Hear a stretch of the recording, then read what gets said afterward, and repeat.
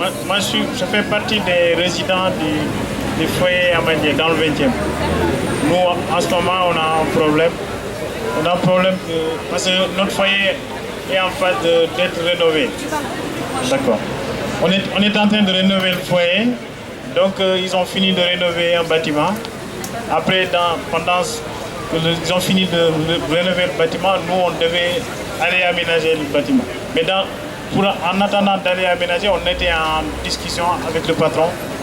Parce que les conditions d'aménagement et trucs, parce qu'ils nous ont proposé des propositions qui ne sont pas correctes.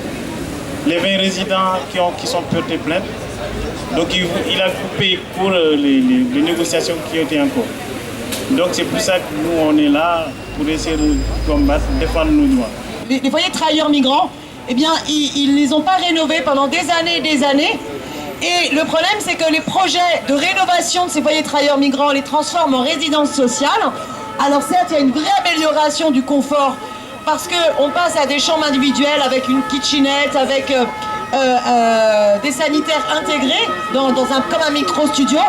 Mais le problème, c'est que les résidents de ces foyers de travailleurs migrants n'ont pas du tout les mêmes droits que des locataires de logements sociaux, par exemple. Et c'est vraiment un scandale parce qu'ils n'ont par exemple pas le droit d'inviter qui veulent chez eux. Il y a quelque chose de totalement infantilisant et scandaleux.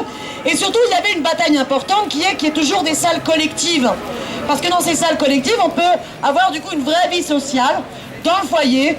Et c'est par exemple là que souvent vous avez des cours de langue, vous avez des activités collectives, vous avez des réunions qui permettent aussi aux délégués de pouvoir se structurer et exercer leurs droits démocratiques sur leurs conditions de vie. Et bien sûr, quand ils mettent en place ces rénovations, ils réduisent complètement la taille de ces salles. Et aussi, à chaque rénovation, il y a une bataille pour que tous ceux qui vivent dans ce foyer aient bien droit à avoir accès à